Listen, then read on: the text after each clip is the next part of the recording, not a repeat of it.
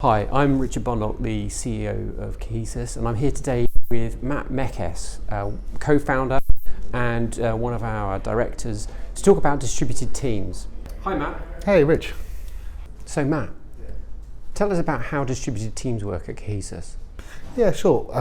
It's really runs through everything we do.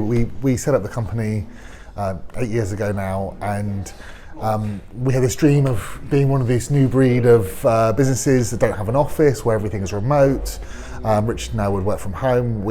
From day one, we set up an office in India and have been working remotely with a team out there. It took us about 18 months to realise we really did need some office space. There's always been part of the job that is a lot easier if you can get in a room together, scribble on the walls, play with post-it notes. So that's great, but actually, in a given day, almost every meeting we have has at least one person dialing into it. We're running projects with people on 3 or 4 locations across the UK, plus an offshore team. So being efficient about how we work in a distributed way is really important to our business. And what do you find works best?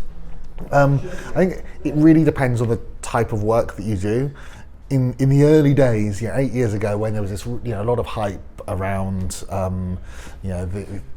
these kind of interesting companies who were working entirely distributedly, lots of them were tech companies who were building some sort of software product, and those kinds of projects can work really, really well, with a lot of the work being driven through a ticketing system, and not particularly glamorous, but actually having a really, really well organised backlog of stuff, using agile methodologies, making sure that things have clear tests, that you're tracking time against it, can be incredibly efficient. And a huge part of what we do at Cohesus is like that. I think where it gets more interesting is as you get more of these kind of soft areas of working, and in a kind of innovation space, how that has become easier and easier to do that using distributed methods, and that's really with the increase in bandwidth.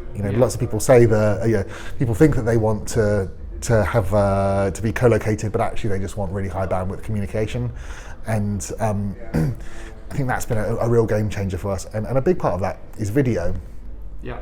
I think people are really nervous about using video when they're having calls, but actually it's really, really important to have that human connection, to be able to gauge people's understanding when you're explaining complicated ideas to them, and people absolutely hate it, but it's something that we really insist on. If you're going to work from home, that's fine, but be a professional and make sure you're somewhere where you can turn your camera on.